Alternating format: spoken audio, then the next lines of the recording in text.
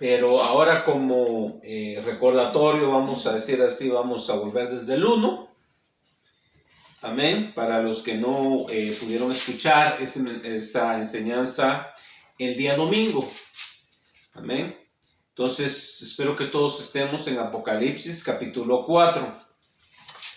Y si usted tiene preguntas, amado hermano, usted puede después llamarme y preguntarme. Amén. O si me ve por ahí, preguntarme. Anote sus preguntas, es importante. Amén. Porque así es como uno aprende. Yo así es como aprendo. Si no sé algo, pues lo investigo y ya. Amén. Porque tampoco si usted viene y no lo sé, pues yo no sé si sabe que no, pues eso sí no lo sé, déjeme investigar. Amén. Porque no lo sabemos todo. Amén. Pero a mí me ayuda mucho porque así aprendo yo también. Antes no lo sabía, ahora ya lo voy a saber debido a la necesidad. Gloria sea el nombre del Señor. Y leemos entonces la palabra en el nombre del Señor Jesucristo. En el capítulo 4, versículo 1. Recuerde, el que está escribiendo es el apóstol Juan. A él le fue dada esta visión en la isla de Patmos alrededor del año 95 o 96 de nuestra era. Y dice así: después de esto miré y he aquí una puerta abierta en el cielo. Entonces, cuando dice después de esto, ¿qué quiere decir? Después de las 7 iglesias que están anteriormente.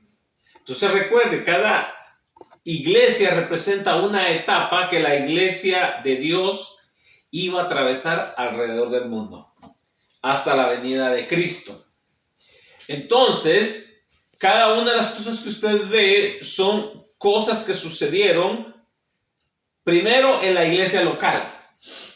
Entonces, las 7 iglesias que usted ve aquí eran iglesias de 7 ciudades de la provincia romana de Asia, que es lo que hoy en día es el occidente de Turquía, frente a Grecia. Entonces, si usted ha visto aquella película de Troya, ¿verdad? Helena de Troya, pues Troya estaba en esa área, cerca de estas ciudades. Éfeso, la ciudad de Mileto también estaba en esa área. Entonces, y estas 7 iglesias es una cosa interesante, que cuando llegaba el correo, llegaba primero a la capital de la provincia romana de Asia, que era Éfeso. Ahí comenzaba y el correo se repartía en el orden en que está en la Biblia. A cada una. Por eso el Señor lo pone de esa manera, para que el pueblo de Dios en ese lugar entendiera y viera el orden que llevaba. Entonces así llegaba el correo a esas ciudades. Entonces a la última que llegaba era la Odisea, ¿verdad? Entonces, pero también representa 7 periodos que la iglesia de Dios tiene que atravesar sobre la tierra. Y debido a esto, nosotros creemos que estamos ya en la última, o sea, al final, que es la de la Odisea. Y si usted lo compara, la iglesia de la Odisea con la iglesia cristiana de hoy en día, ¿sabe qué? Muy parecidos. Porque hoy en día, fíjese, puedo decir que el siglo XXI se ha distinguido por las mega iglesias. Antes no había mega iglesias. ¿Sabe usted eso? Las mega iglesias quiere decir iglesias que tienen más de 2,000 personas para adelante.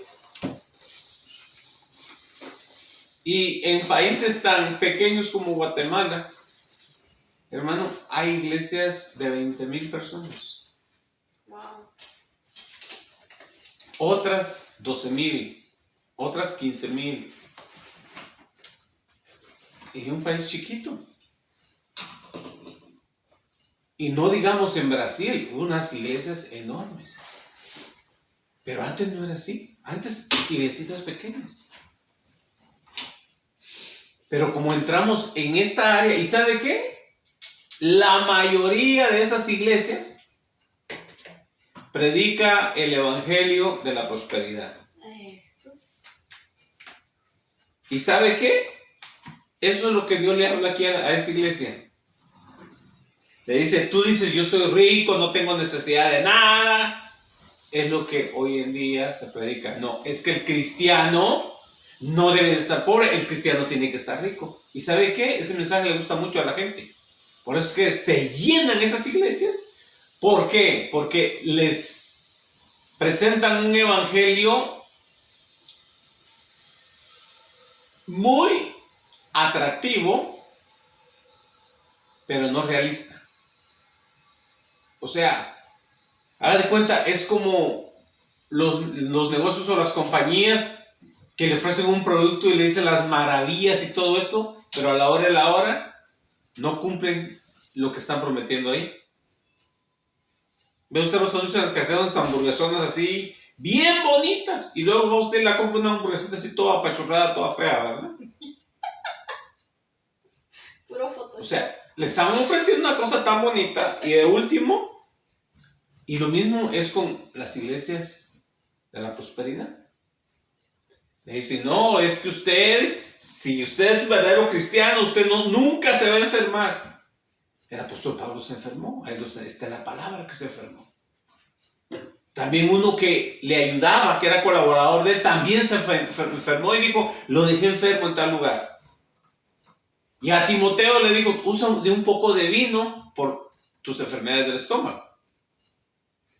O sea, tenía problemas del estómago Timoteo. Entonces, usted ve que eso no es realidad, no es verdad. O sea, Dios sana, pero Él sana cuando quiere, no cuando yo le digo. Porque quienes dicen, y te declaro sano y Señor, y no acepto un no. Eso, o sea, usted no le puede dar órdenes a Dios. ¿Qué dijo Jesús cuando está en el Getsemaní? Padre, y hágase tu voluntad y no la mía. Así es. No como yo quiero, sino como tú quieres. Entonces, ¿dónde está la soberanía de Dios? Cuando usted cree que le puede dictar a Dios lo que tiene que hacer, le quitó su soberanía, porque Él ya no es soberano. Y ahora tiene que hacer lo que usted le dice. Es tu sirviente. Sí, es su sirviente. Así lo tienen ahora. Sí, entonces, ese es otro evangelio que he entrado. Porque como le digo, tengo bastantes añitos, ¿verdad? Y yo no había escuchado ese evangelio de hoy en día. Es otro evangelio. Entonces, y se acomoda a esa iglesia que le decía que es la última iglesia.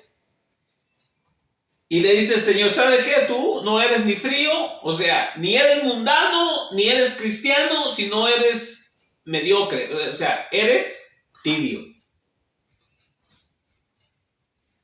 Y así está la gente hoy en día. O sea, hoy en día no se sabe si son cristianos o son mundanos. Ya no se nota diferencia. Y antes era marcada, ahora no.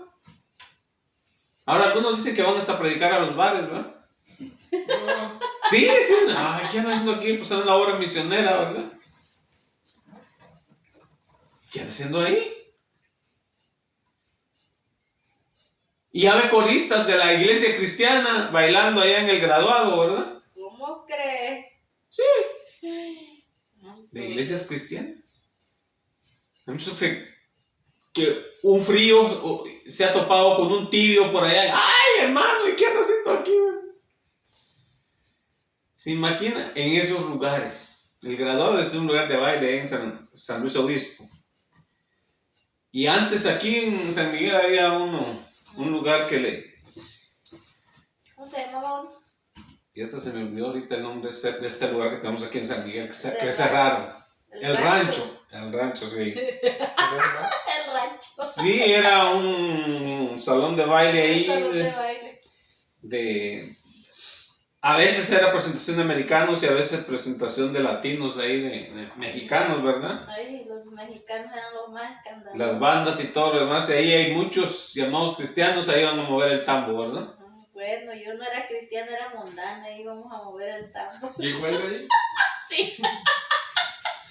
Bueno, pero bueno, como dice la Biblia, eso era desde mucho tiempo, pero algunos que sirviendo en los coros y siendo músicos de iglesias paran en esos lugares. ¿Cómo crees? Entonces Dios les dice, ustedes son unos tibios. Déjate, no lo dan cuenta. Y dice la Biblia, y aquí le dice a esta iglesia, le dice, yo conozco tus obras, que ni eres frío ni caliente, ojalá fueses frío o caliente, pero por cuanto eres tibio y no frío ni caliente, te vomitaré de mi boca. O sea, quiere decir que Dios no lo va a aceptar. Cuando usted vomita no es porque su estómago no lo aceptó. No lo acepto. Entonces dice el Señor, puesto que no eres ni esto ni lo otro, estás vomitado, muchacho. No hay término medio. Y fíjese, y el 17 dice, porque tú dices, yo soy rico. O sea, es lo que dicen las iglesias hoy en día.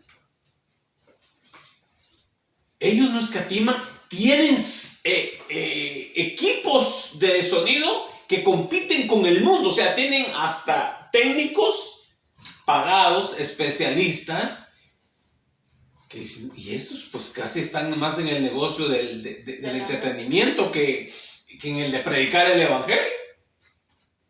O sea, es que se ha distorsionado.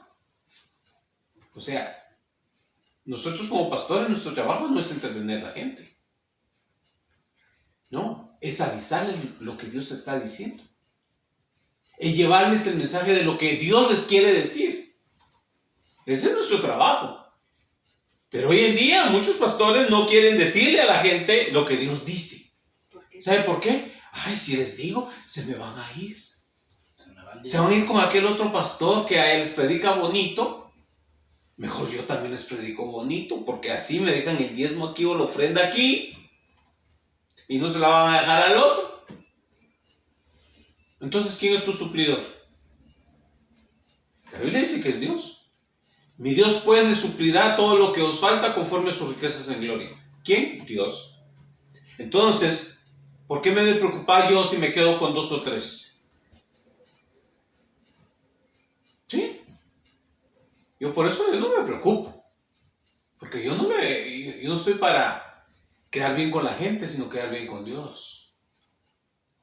Si amo a la gente, tengo que decirle la verdad. Es como un doctor. Un doctor, si ve que una persona tiene un tumor o un cáncer, tiene que decirle, ¿sabes qué? Tienes que tratarse ese tumor o ese cáncer. El doctor no puede decir, es que yo quiero ser buena gente y no quiero apagarle su felicidad con la que vino hoy a la clínica. No, tiene que decirle por qué. Porque así esa persona se va a tratar y va a salvar su vida. Pero si uno no le dice, porque es que no lo quiero ofender, no, tiene que decir. No lo digo yo, lo dice el Señor, mira. Porque ¿sabe qué? Al cielo vamos a entrar con los requisitos de Él, no con los míos. Mis requisitos no valen nada. Es con los requisitos de Él. Entonces, si yo soy siervo de Él, yo voy a decir lo que Él dice.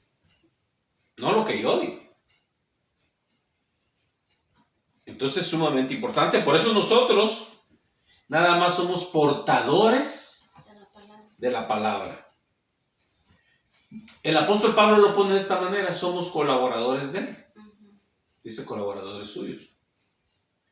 Entonces nosotros nada más le colaboramos a Él. No llevamos nuestro propio mensaje, es el mensaje de Él. Y lo que decimos tiene que alinearse con lo que Él dice. No con lo que uno dice. Sí, o sea, si no concuerda con lo que Jesús dice, ese mensaje está fuera de orden y no lo apoya el Señor. Tiene que alinearse con lo que Él dice. Entonces vemos que esta iglesia está completamente desalineada, se cree rica, que tiene dinero, no necesita de Dios. Y así estamos aquí. Aquí, en Estados Unidos, si hay una enfermedad, no vamos al Señor. Ay, Señor, por favor, ten misericordia de mí. Quítame esta enfermedad. No, tengo una buena aseguranza, viene usted. ¿Cuánto cubre? ¿Verdad? Esto quiere decir, para los que nos ven en otros países, seguro médico. Amén. Es lo que aquí le llamamos aseguranza, ¿no? Pero es correctamente seguro médico. Entonces, tengo un buen seguro médico, me cubre a todo y no tengo que pagar casi nada. Pero la gente allá en los países no tiene dinero. Y si tiene dinero para pagar la consulta, no tiene para comprar la medicina. Y los lugares que supuestamente el gobierno les da dinero para que tengan medicinas, todos se roban el dinero. No hay dinero para medicinas. Entonces, ¿sabe qué? No queda más que depender de Dios. Señor, ten misericordia de mí. ¿Y sabe qué? Debido a que aquí en Estados Unidos tenemos muchas cosas, nos hacemos tibios. No dependemos ya de Dios, dependemos del gobierno, dependemos del patrono, dependemos del seguro médico, no dependemos de Dios. Y por eso es que nos hacemos fríos o tibios. Pero ¿sabe qué? El Señor nos quiere calientitos. Quiere decir enamorados de Cristo. Porque somos la novia y es lo de que debe de ser. Gloria a Dios. Bueno, ahora sí que entramos en el capítulo 4. Y entonces, después de que vio estas 7 iglesias, ahora ve el apóstol, dice, después de esto miré y he aquí una puerta abierta en el cielo, y la primera voz que oí, como de trompeta, hablando conmigo, dijo, sube acá y yo te mostraré las cosas que sucederán después de esto. El apóstol Juan fue el último de los apóstoles. O sea, la era apostólica concluía con Juan. Entonces, a Juan, y de hecho Jesús dijo que Juan iba a ver su venida, y la vio a través del Apocalipsis del Señor. Entonces, Juan representa a la iglesia. Entonces, la iglesia es llamada al cielo. Cuando le dice, sube acá, y oyó una voz como de trompeta.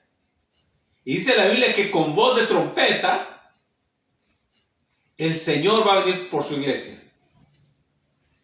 Entonces, así dice en 1 Tesalonicenses capítulo 4, del 13 en adelante. Entonces le dice, sube acá y yo te mostraré las cosas que sucederán después de estas. ¿Y cuáles son estas? O sea, después de que la iglesia termine su tiempo. Cuando el Señor le diga a la iglesia, sube acá. ¿Por qué? Porque desde el capítulo 4 usted no encuentra a la iglesia, sino hasta el final. Ya no lo encuentra. El capítulo 19. Hasta el final. ¿Por qué? Porque la iglesia ya no está sobre la tierra. Fue tomada. Fue quitada.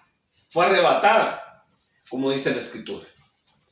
Entonces recuerde, cuando decimos iglesia no estamos hablando de una institución. No, estamos hablando de un organismo. Porque un organismo es viviente. La iglesia del Señor son personas. Recuerde que la palabra iglesia viene de eclesia, que significa la asamblea de los llamados fuera. Caleo, llamar fuera. Entonces hemos sido llamados fuera de donde, del mundo. Así como Dios dice que llamó a Israel de Egipto, o sea, lo sacó de Egipto. ¿Verdad? ¿Y cómo lo sacó de Egipto? Por la sangre del Cordero. Y nosotros salimos de Egipto, que es el mundo, por la sangre del Cordero. ¿Verdad? Y antes éramos esclavos de Faraón.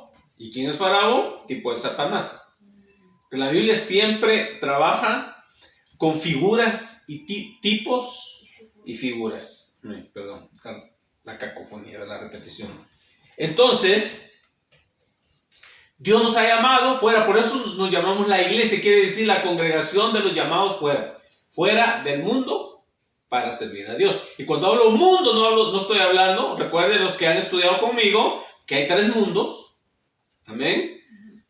Y esos 3 mundos es el planeta, 1, la humanidad, o sea, los seres humanos, 2, y el sistema, 3. Entonces Dios nos ha llamado fuera del sistema. No del planeta, no de la humanidad. Dios no quiere que nos apartemos de la demás gente, sino que estemos en medio de ellos. ¿Para qué? Para que seamos luz en medio de las tinieblas. Fíjese, el monasticismo no es bíblico. Dios nunca nos ha llamado a ser monjes monásticos. Porque Dios, y eso se debe a la mala interpretación de la Biblia. Los paganos hacían eso, pero la iglesia del Señor nunca hacía eso. Que la gente se retirara a vivir completamente aparte, sin contacto con el mundo. O sea, quiere decir con la humanidad. No. Pero ellos malinterpretaban la Escritura. Jesucristo dijo, ustedes son la sal de la tierra. Y a Jesucristo lo acusaban de sentarse con las prostitutas y con los ladrones a hablar con ellos. Entonces Jesús no se apartó y dijo, ay no, ni siquiera me toquen a mí. Los religiosos sí hacían eso. Los fariseos decían, oh no, a mí no, que no me toquen. Y se lavaban las manos por si habían tocado un lugar donde un pagano había tocado. Por eso estaban los lavamientos de manos. No cree usted que era por razones higiénicas que lo hacían. No, porque decía que los gentiles los contaminaban a ellos. Pero ¿sabe qué? El Señor Jesús se sentaba con ellos a comer. Entonces, usted como cristiano, no puede decir, ay no, es que ese es del mundo y no me va a sentar. Oye, ¿cómo lo vas a influenciar tú si tú te alejas de él? ¿Cómo lo vas a ganar para Cristo? O sea, ¿cuánto amor tienes tú por esa persona para ganarlo para Cristo? O sea, si tú eres un cristiano de verdad, no te vas a comportar como ellos, sino que vas a ser un ejemplo para ellos. ¿Por qué? Porque dijo Jesús, ustedes son luz en medio de las tinieblas. Ustedes son la sal de la tierra. ¿Sabe usted qué es lo que hace la sal? Porque hay gente que dice, ay, yo estoy salado. O sea, lo usan con mala connotación. Pero ¿sabe qué dijo Jesús? No, ustedes son la sal de la tierra. ¿Qué quiere decir eso? Que usted es el que le da sabor. Y usted es el que no permite que se corrompa algo. Usted le echa sal a la carne, usted no deja que se corrompa. La conserva. ¿Verdad? La conserva. Entonces Dios dice, ¿saben qué? El mundo no se va a echar a perder completamente porque hay un poco de sal en la tierra. Pero cuando la iglesia sea quitada, entonces se suelta todo. Porque ya no hay sal. Entonces va a ser el infierno sobre la tierra. Porque mire, lo que la gente desea hacer, que es malo, que es pecado, cuando se meten hasta lo más profundo, ¿sabe qué? Se convierte en una maldición. Por ejemplo, el que toma. Y toma, y toma, y toma, y toma, y le encanta tomar, después quiere parar y ya no puede. Y dice, ya no quiero tomar, pero tengo que tomar porque no puedo detenerme. Se convierte en una maldición. Y dice la Biblia que cuando la gente ya no quiere nada con Dios, los entrega a esos deseos, a esas pasiones. Quiere decir, Dios les dice, hasta el fondo, ya que ustedes no quieren. Porque Dios por mucho tiempo trata con uno.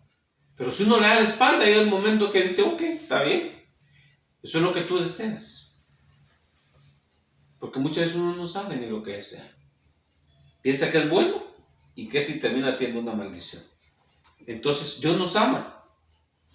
Y nosotros tenemos que ser la sal de la tierra y debemos de ser, dice la Biblia, la ciudad en la colina. Dijo Jesús, una ciudad que está asentada sobre una colina, dijo, no se puede esconder. ¿Por qué? Porque todo el mundo la mira, levanta la vista, ahí está la ciudad. Y antes construían las ciudades sobre colinas. ¿Por qué? Porque era más fácil de defenderlas. Uy, tu casa no la puedes esconder. Jerusalén estaba sobre el monte de Sión. No se podía esconder. La miraban de todos lados. Y decían siempre el pueblo de Israel, vengan y subamos al monte del Señor. ¿Por qué? Porque estaba en alto, subamos. De Jerusalén nunca dicen, bajemos. Siempre subamos. Entonces, amado hermano, nosotros somos esa colina esa ciudad sobre la colina. Lo recuerdo, usted tiene que dar un buen testimonio. ¿Por qué? Porque si dice que conoce a Cristo, ¿qué dijo Juan? El que dice que le conoce debe andar como él anduvo. Nada. Es una vara de medir muy alta. Una vara bastante alta. Pero ¿sabe qué? El Espíritu Santo de Dios es el que le ayuda a uno. Uno de sus propias fuerzas no lo puede hacer. Pero como dependemos de Él y no de nosotros, dice la Biblia, a través de Él todas las cosas son posibles. Dios la bendiga, mi hermana. Gracias por ese espíritu de discernimiento. Gloria a Dios. Bueno, entonces, la iglesia del Señor es quitada y se le sube acá. La iglesia no se menciona más sobre la tierra. ¿Y cómo será una tierra sin la verdadera iglesia de Dios? Un caos. ¿Sabe qué?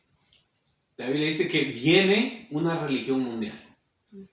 Todas las religiones que usted ve, que son miles, se van a juntar en una sola. Y el que no participe de esa va a ser vituperado, va a ser ultrajado y matado. ¿Por qué?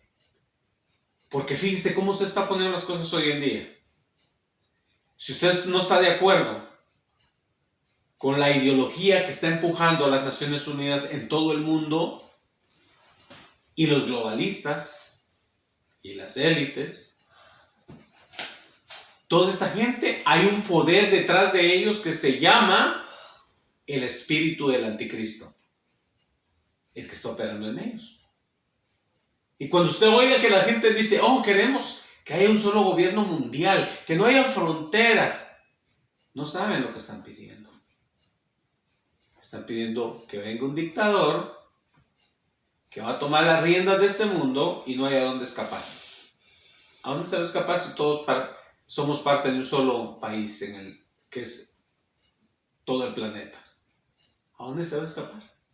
De esa policía, de la policía mundial. ¿A dónde?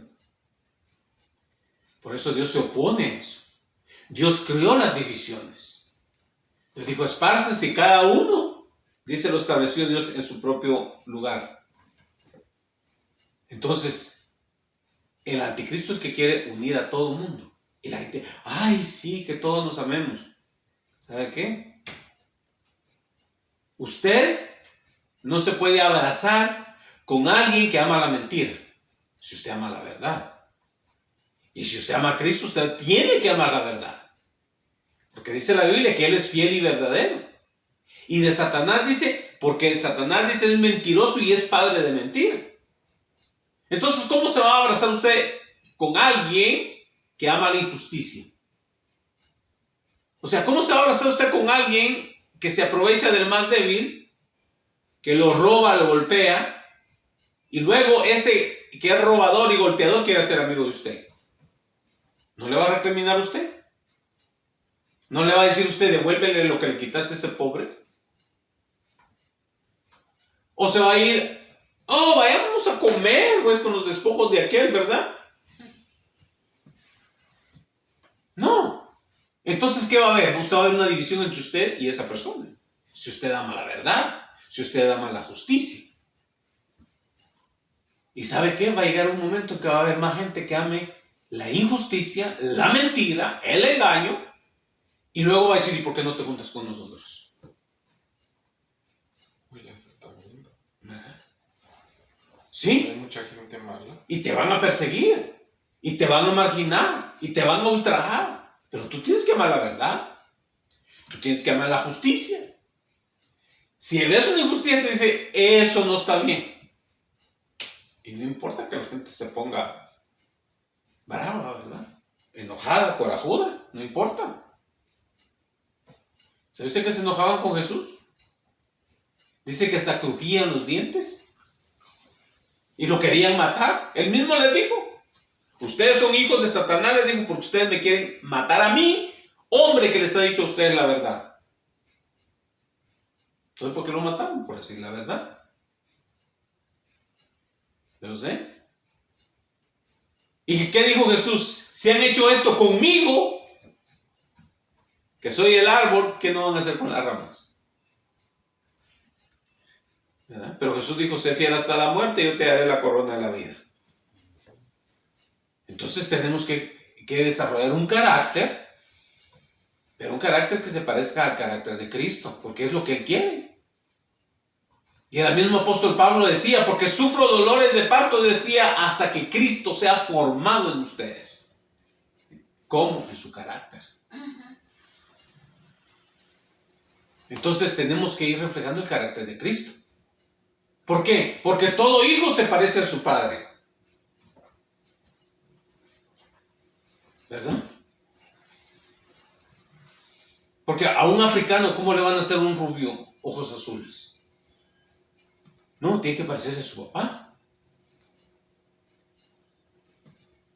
O en Noruega, le van a hacer un morenito oscuro, ojos negros. En esa familia va a decir, algo pasó aquí, ¿verdad?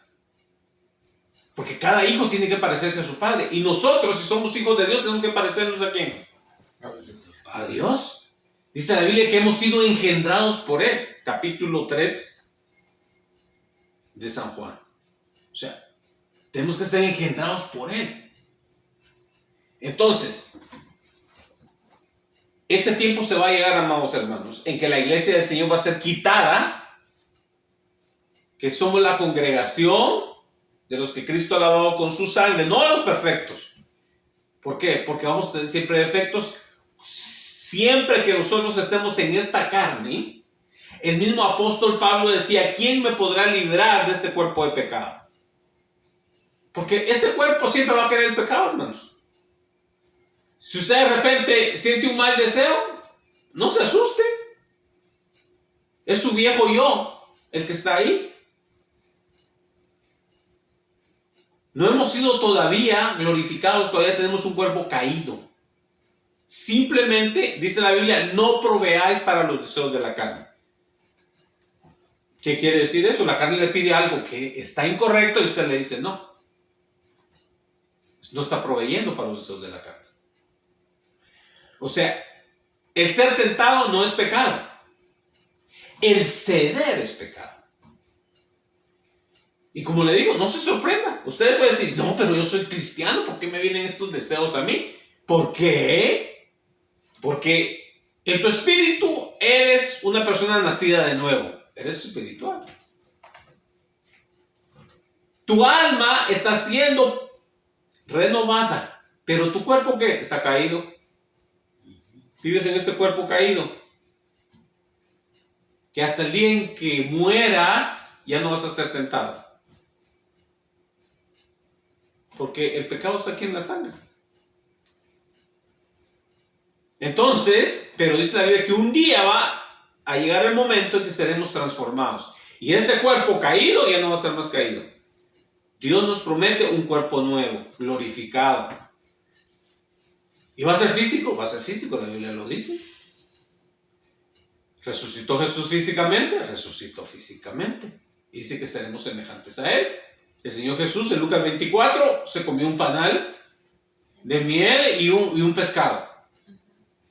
Entonces tenía un cuerpo físico. Y le dijo, tóquenme a mí que no soy espíritu, dijo Jesús, porque un espíritu no tiene cuerpo. Y prometió el Señor resucitarnos semejante a Él. Entonces, tenemos grandes promesas de parte de Dios, amado hermano. O sea, vale la pena servirle al Señor. Gloria a Dios. Bueno, ahora sí pasamos al versículo 2.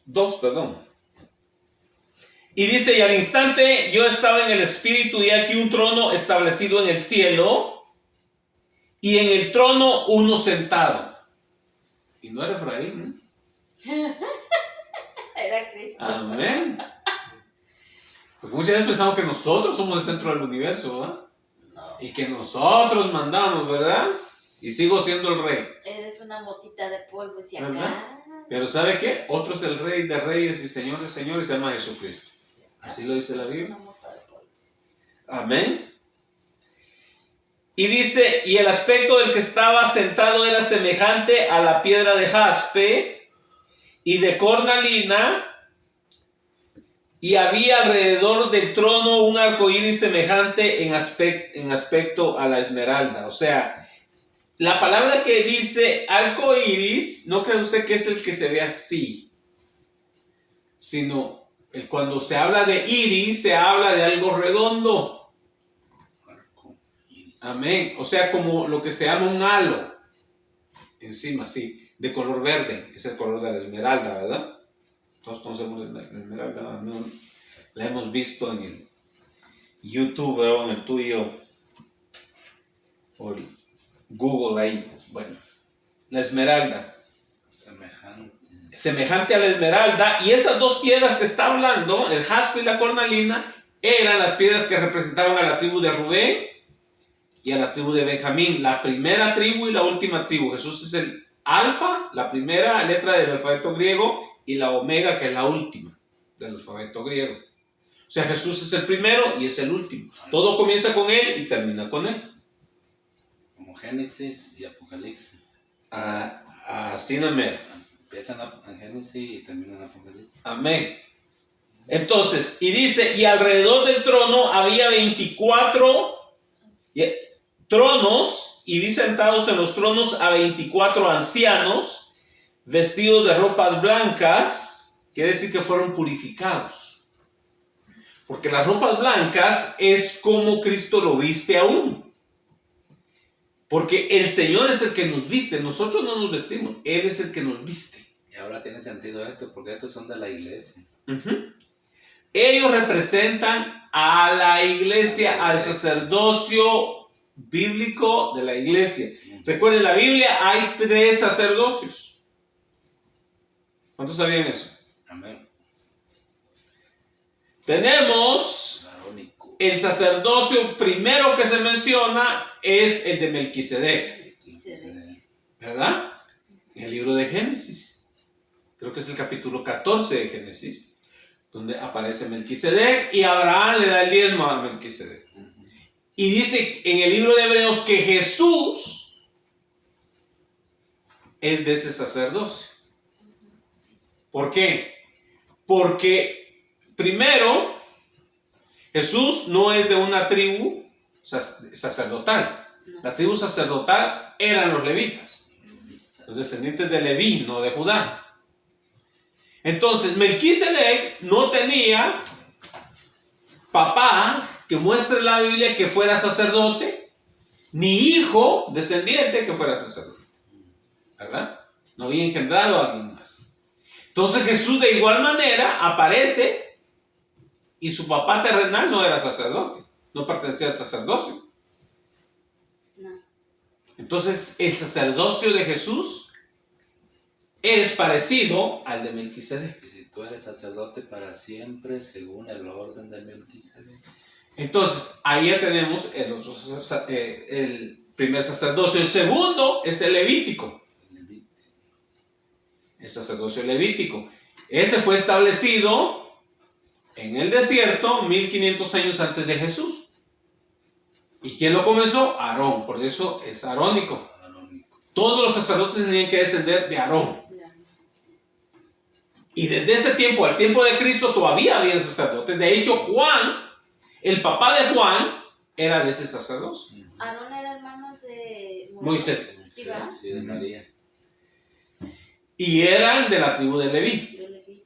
El antepasado de ellos era Leví. Entonces, pero el sacerdocio se estableció directamente desde Aarón, Desde Aarón. llegando hasta Juan el Bautista. Porque de hecho Juan el Bautista pertenecía al sacerdocio arónico. Muchos se confunden ahí. Ajá. Entonces, y el papá de él servía en el templo. Por eso fue cuando tuvo la aparición del ángel y le dijo que iba a tener un hijo, ¿verdad? Y se quedó mudo y todo lo demás. Que no le creyó. Sí. Entonces usted ve ahí ese sacerdocio. Pero ese sacerdocio terminó legalmente con la muerte de Jesús en la cruz del Calvario, porque pertenecía al viejo pacto, al pacto de la ley de Moisés. Y dice la Biblia que con derramamiento de sangre se instituye un nuevo sacerdocio. Entonces Jesucristo derramó su sangre, y recuerde, en la cena, poquito antes de morir, levantó la copa y dijo que esta copa es la señal del nuevo pacto. No del viejo, no del arónico, no del mosaico, sino de Cristo, el nuevo pacto. Entonces, habiendo un nuevo pacto, hay un nuevo sacerdocio. ¿Y cuál es el sacerdocio? Es el sacerdocio del creyente. Y Pedro lo dice, que somos un real sacerdocio, una nación santa, un pueblo adquirido por Dios. Entonces, ahora usted no necesita intermediario. ¿Por qué? Porque ahora la Biblia dice que usted es un sacerdote. Eso se llama el sacerdocio del creyente. Usted no necesita intermediario, usted puede ir directamente a Cristo. Dice el apóstol Pablo cuando escribió Hebreos, dice que lleguemos confiadamente al trono de la gracia por medio de Cristo. O sea, ¿quién es el sumo sacerdote de usted? Es Jesucristo. Él se llama el sumo sacerdote, no sacerdote, el sumo. Quiere decir el máximo. En inglés dice the high priest, quiere decir el sacerdote más alto de todos es Cristo. Pero Él está encima de nosotros. Así es. Pero cada creyente es un sacerdote. ¿Y cuál es el trabajo del sacerdote? Presentar a otras personas o interceder por estas personas delante de Dios. ¿Qué quiere decir eso? Cuando una persona que no tiene una relación con Cristo Jesús, que no conoce a Jesús personalmente, esa persona no puede acudir a Cristo. Dice, ay Señor, por favor, ayúdame a esto o a lo otro.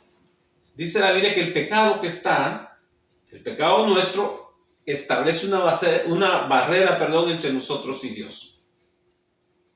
Mientras esa barrera esté ahí, no tenemos comunión con Dios. Pero cuando usted clama la sangre de Cristo, dice que la sangre de Cristo nos limpia de todo pecado.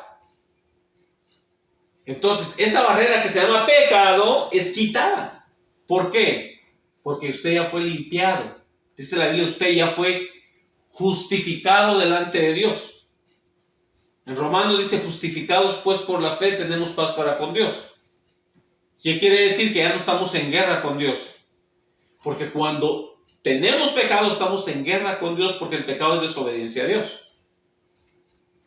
Entonces, cuando nosotros acudimos a Jesús, nuestro sumo sacerdote, Él nos limpia, no con sangre de cordero, sino con su propia sangre, de todo pecado.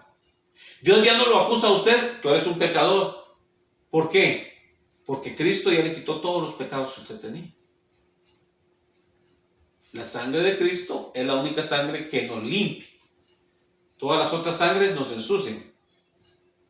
¿Por qué? Porque hay pecado ahí, pero en la de Cristo no hay. Es la única sangre que nos limpia. Por eso Jesús fue a la cruz a pagar pecados ajenos, no los de Él, porque no tenía. Él dijo, ¿quién me inculpa de pecado? Nadie. Dice la Biblia, en todo fue tentado, pero en nada pecó. Pero usted y yo hemos sido tentados en mucho y en algunos hemos caído. ¿Verdad? Entonces, solo la sangre de Cristo es la que nos limpia de todo pecado. Gloria sea el nombre del Señor. Bueno, entonces, dice que vio alrededor del trono había 24 tronos y vi sentados en los tronos a 24 ancianos vestidos de ropas blancas, o sea, habían sido lavadas sus vestiduras en la sangre del Cordero, como dice en el Apocalipsis, ¿verdad? Dice que blanquearon sus ropas, dice, en la sangre del Cordero. Entonces, es la iglesia. Esos 24 ancianos representan un sacerdocio. Y en este caso el sacerdocio del creyente. En el Antiguo Testamento habían también 24 grupos. Creo que está en Crónicas, déjenme buscárselo por aquí.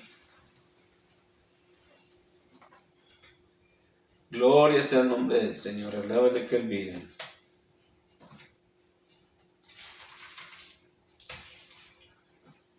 En Primera de Crónicas 24, del 1 al 19, ahí está cuando fueron establecidos los 24 grupos que ministraban en el tabernáculo en tiempos de David. Representan, ¿qué dijo? Los 24 ancianos representan el sacerdocio de la iglesia. Y estos 24 que están en Crónicas representan a los 24 grupos. Y es en los únicos lugares donde aparece el número 24. A los 24 grupos de sacerdotes con uno que era el que controlaba cada uno de los grupos.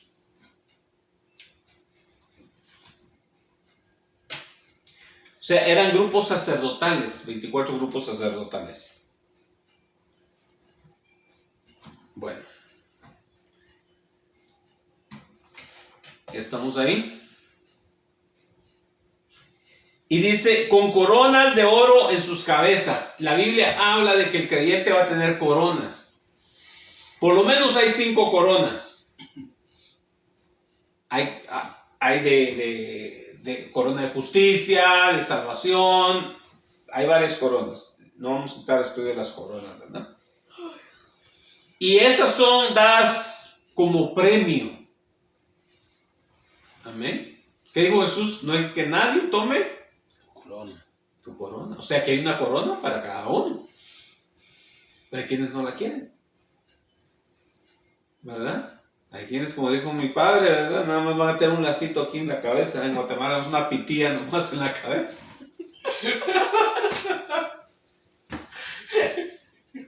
Porque no queremos hacer nada para el Señor, ¿verdad? Y otros que piensan que van a tener corona, no, van a tener también la pitita. Nomás una pitilla en la cabeza. Nada más. Muchos piensan que están haciendo lo correcto. Entonces, ¿sabe qué? Debemos de luchar por nuestra corona. Porque fíjense, la Biblia habla que la salvación es gratuita. Gratuita. Venir y beber, dice, gratuitamente del agua de la vida. Regalado.